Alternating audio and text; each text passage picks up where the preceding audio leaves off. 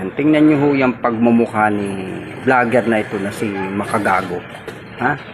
Yan po sa video na yan, inaalok niya ng pera si Casper, ang personal assistant ni Sir Leo Marcos. Ha?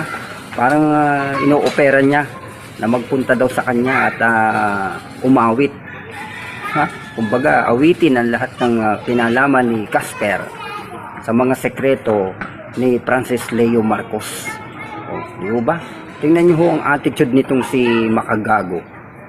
Tapos sasabihan pa ho nila si Francis Leo Marcos na may something.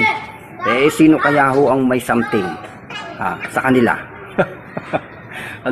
Tingnan nyo naman yan mga kababayan. Ganyan yung pagmumukha niya. Di ba? Ganyan ho ang mga content niya.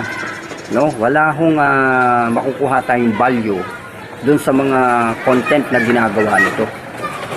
Dahil kaya nga ang pangalan ng kanyang social media page ay Makagago. Kasi wala akong ginawa itong taong ito kundi mambuli, manginis. Di ba? Mangirita. Mas malupit pa ho ito . Dapat ho ito ang kinakasuhan ni Napolcom Commissioner Kalinisan, itong si Makagago. Dapat hindi ito kinakampihan ng Napolcom .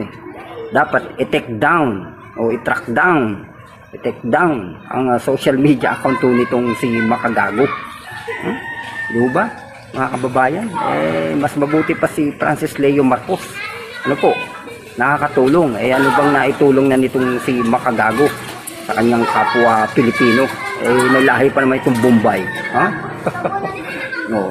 Ganyan ho ba yung